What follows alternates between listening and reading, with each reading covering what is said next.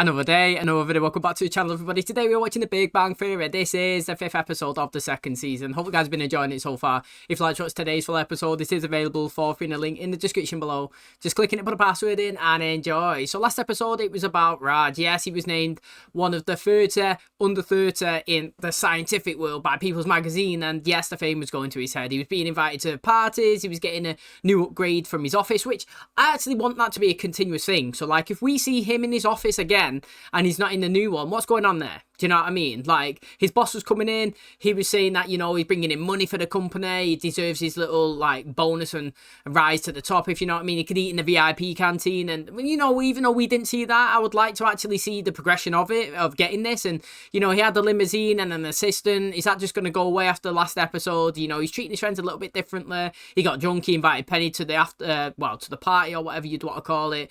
And, you know, his friends was talking about replacing him with someone who's got money and who's got girls, you know what I mean, who's got a house, scientific, you know, but at the end of the episode he realised the error of his ways, and he did, and he went and apologised to Penny, which she gave him a hug, so that was good of him. And I do think it's interesting that he's got two different personalities, to be honest. He's got one when he's drunk and talking to women. Sometimes he's funny, sometimes he can be a bit rude, but, you know, it's good to see the different characters, and I think he's been used really well, to be honest, as of late. And I would like, obviously, I was saying last episode, for Howard to get a bit more on-screen time, and I think a woman for him, or a couple of dates, would be really interesting to see as well, because I do think he's hilarious with his character that he's got right now. So I'm interested to see today's episode. Thanks for checking it out. If you do enjoy it, please smash a like, it really helps out. Subscribe if you're new, and as always, let's jump into today's episode.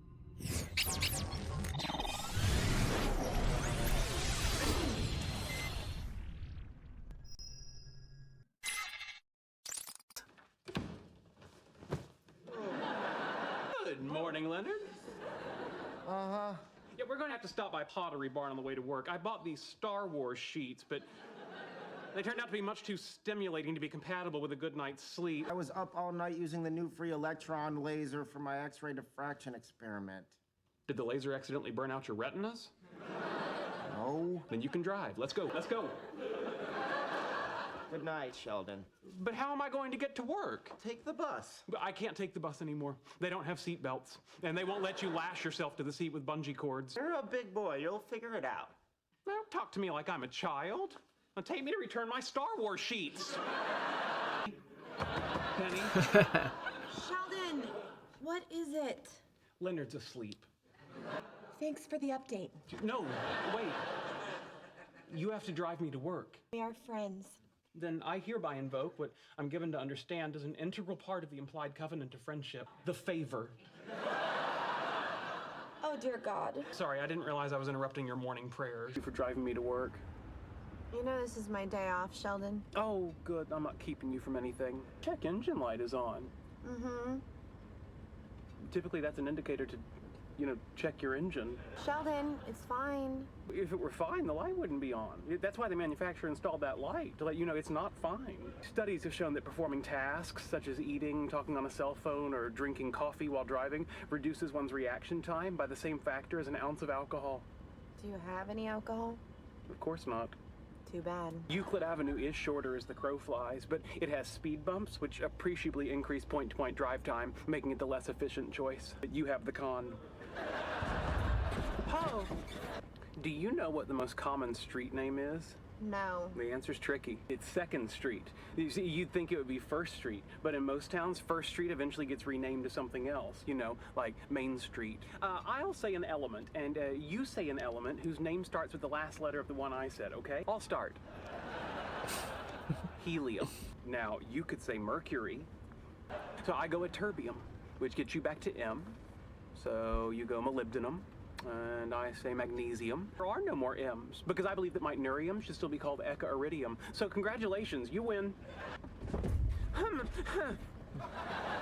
I'm sorry. I'm finding your reckless nonchalance regarding the check engine light to be very troubling. Get out. I have to tell you that while I do have a theoretical understanding of the workings of an internal combustion engine, I'm not sure I'm capable of performing diagnostics. That is a banger, that car.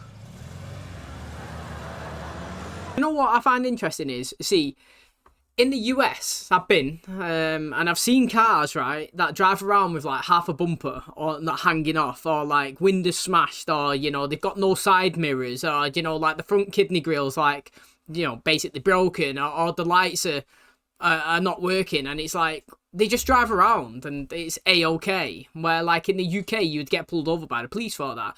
But also every single year in the UK you have to take your car to get a service and an MOT, and basically if it doesn't pass the MOT it's not fit to drive on the road. And it can be as stupid as your windscreen wipers don't clear as much water as they want you to as they wipe it, or your front headlight could be dipped a bit too low, so when you turn the lights on to drive in the dark it's facing the floor too much and it's not high. Something as simple as that, and that would make your car not sufficient enough to drive on the roads. But like in the US you see cars that are like 50 years old, all smashed up, banged up, no windows, no bumpers, and they still drive. Like I wonder if it's even a thing, like you have to get your car checked every single year in other countries, because it definitely is something in the UK. Leonard, there you are. I'm ready to go home. I just got here. Good, perfect timing. Sheldon, I told you I only have access to the free electron laser at night. I can't drive you for the next few weeks. No, you said you couldn't drive me to work. This is from work. How did you get here in the first place? Penny. But I sense that's no longer an option. Get to the laser lab. You're just gonna have to find someone else to take you home. He left himself there with sitting duck. Oh, damn, I picked the wrong side. Oh.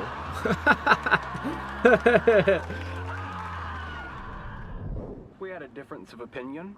Over what? Whether or not he was trying to kill me. And then we have to stop at Soup Plantation. It's Creamy Tomato Soup Day. And Radio Shack. There's a sale on AAA batteries. Can you drive me to Pottery Barn?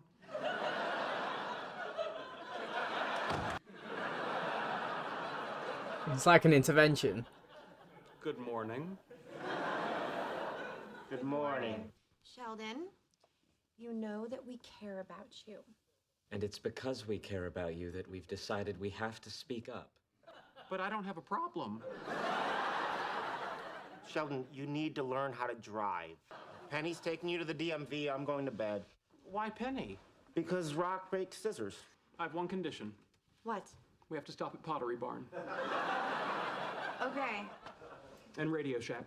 And the comic book store. All right. Well, when I go to the comic book store. I'm sure that's happened to him before. Do you remember he was having a sandwich in the kitchen and he just walked out in the dark? I like comic books. Albert Einstein never had a driver's license. Yeah, but Albert Einstein didn't make me wet myself at 40 miles an hour. You know, I gotta ask, why didn't you just get a license at 16? Like, I was otherwise engaged. Examining perturbative amplitudes in N equals 4 supersymmetric theories, leading to a re-examination of the ultraviolet properties of multi-loop N equals 8 supergravity using modern twist-door theory. application? Actually more of a theorist. The application in your hand, give it to her. I have some concerns about these questions. Look at that sign up there. Yes? Does it say, I give a damn? Question 2. When are roadways most slippery? The answer is when covered by a film of liquid sufficient to reduce the coefficient of static friction between the tire and the road to essentially zero, but not so deep as to introduce a new source of friction. First permit, go away. State-of-the-art simulator. I adapted it from something a friend of mine designed for the Army. Red 2006 Ford Taurus on the streets of Pasadena. Statistically, red cars are stopped by police far more often than any other color. What color do you want? You know the pale blue of Luke Skywalker's lightsaber? Black it is. Now, are there airbags? You don't need airbags. What does a simulated van rear ends mean? I'll hit you in the face with a pillow. Slowly into traffic. Hit the brakes! Hit the brakes! It's like playing Grand Theft Auto. That was decent, actually. Thank you. You know, I'm not joking, right? The first time I got on a moped, yeah, I literally, I literally sort of shot in a straight line and bounced off the curb, like, looking like there was a curb there, because I would have gone straight into a wall. I'm not even kidding. Like, I only ever drove, like, quads before that, where when you drive it, you just push the handles, where the moped, you have to rev it, and I never realised how what sensitive it is. You know what I mean? I expected it to be like, I don't know if you ever, well, the Americans, like, quite a lot of countries don't drive manuals, but like, when you drive a manual car and you put your foot on the clutch, You know, you be in cars, some of them are dead stiff, you know, and you've got a lot of bite on them, and you put a lot of pressure. And other cars, it's dead sensitive, and like you got to get the biting point. And it's like this, you know, I thought that you could rev it a little bit, but no, mate. As soon as I touched it, I went forward like that, and I just went flying. Literally, I couldn't stop. And like, again, you know what I mean? Like, it's easy to do. I do understand it. That's why you should definitely learn to drive with a driving instructor, especially one that's got a second pedals on their side of the car where they can brake and stop for you, just in case you start doing it wrong. Excuse me. My bad. How did you manage to get on the second floor of the Glendale Galleria? I don't know. I quit.